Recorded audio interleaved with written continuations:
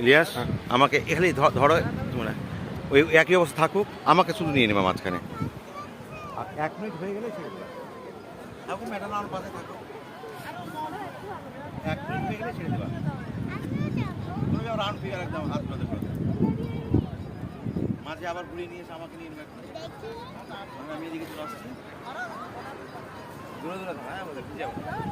সেই ভালো আসবে এইভাবে, কিন্তু উল্টো দিকে সেই ভালো আসছে না। আসবে না। তুই